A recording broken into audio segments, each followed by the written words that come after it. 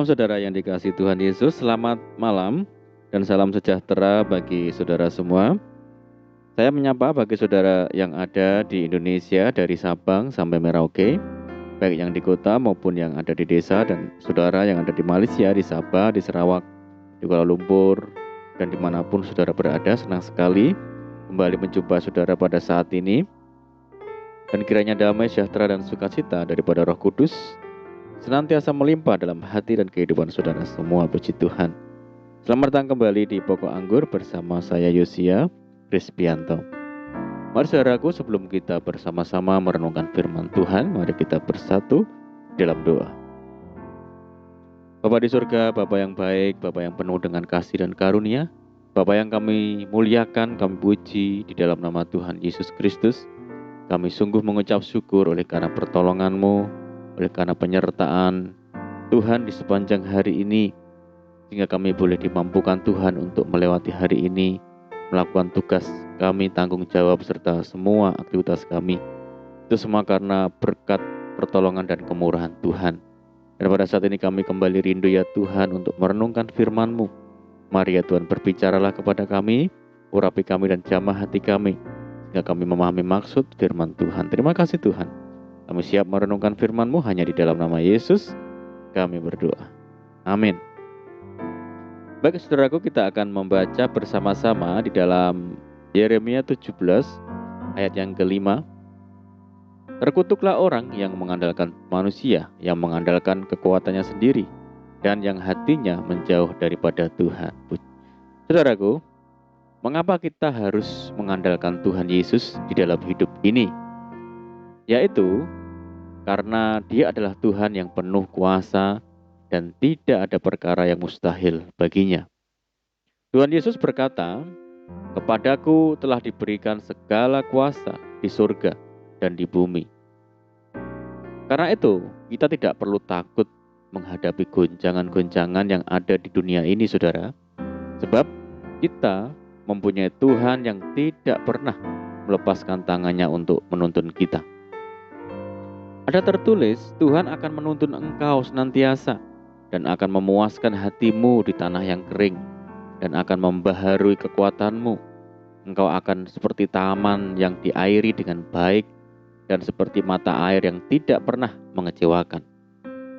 Dan penyertaannya yang sempurna tidak akan pernah berakhir. Puji Tuhan, saudaraku. Saudara, apa ciri-ciri orang yang hidup mengandalkan Tuhan?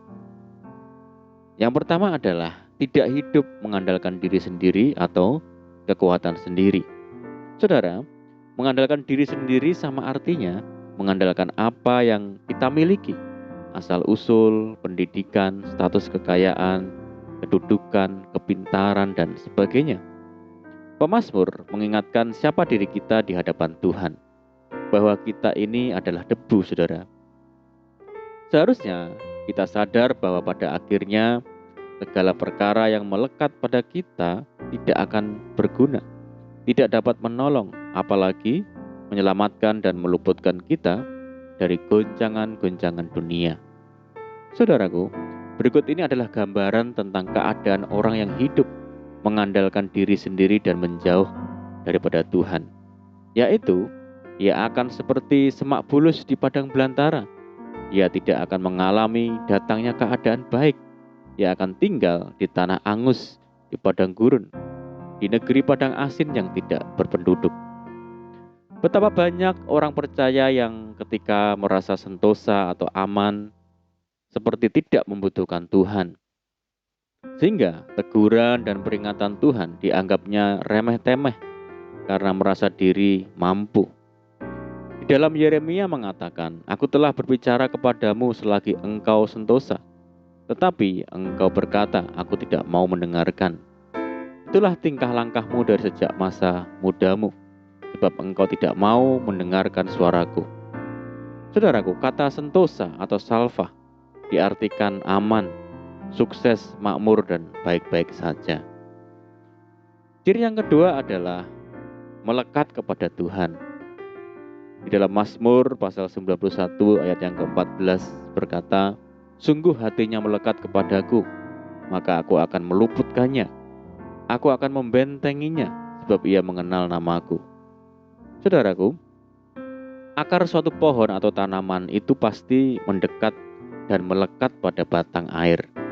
Air berbicara tentang firman Tuhan, dan firman Tuhan itu adalah Kristus sendiri. Ini berbicara tentang pentingnya sebuah persekutuan.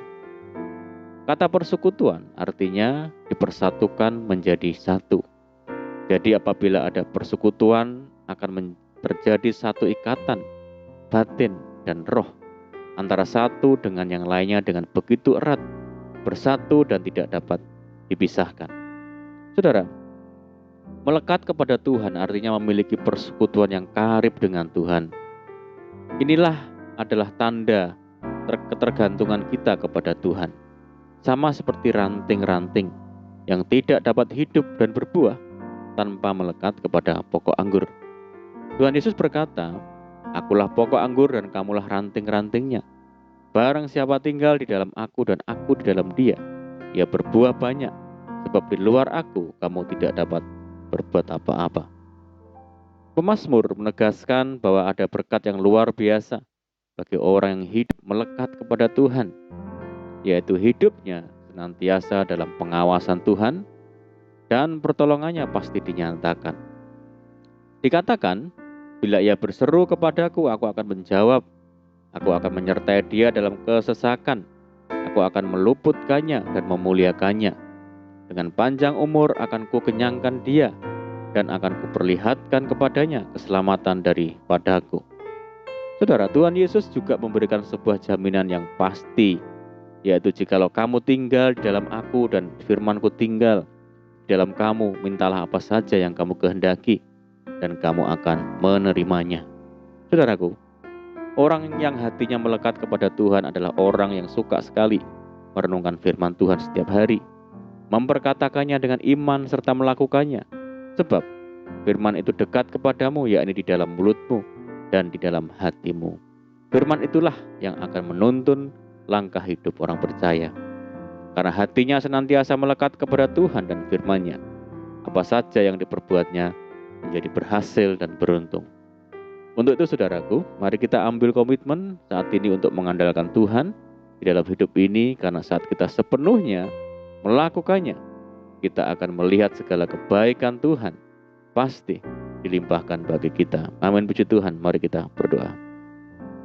Bapa di surga, Bapa yang baik, Bapa di dalam nama Tuhan Yesus, terima kasih buat firman-Mu, Tuhan, bahwa kami untuk senantiasa hidup mengandalkan Tuhan, tidak mengandalkan diri maupun manusia, dan ajar kami untuk selalu melekat kepada Tuhan, bersekutu dalam doa dan firman Tuhan, sehingga kami boleh melihat segala kebaikan Tuhan bagi kami.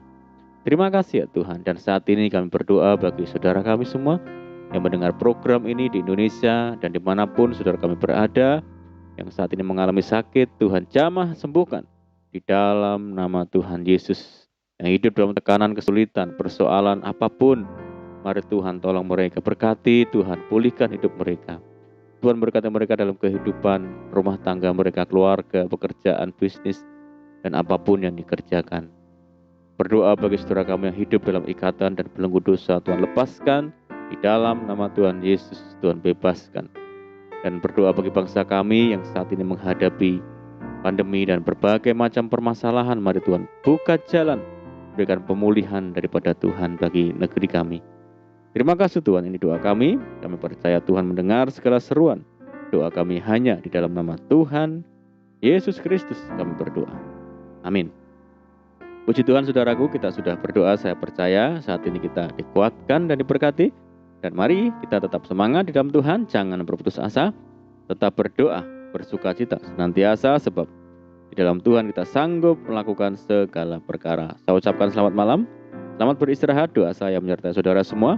Tuhan Yesus memberkati. Haleluya.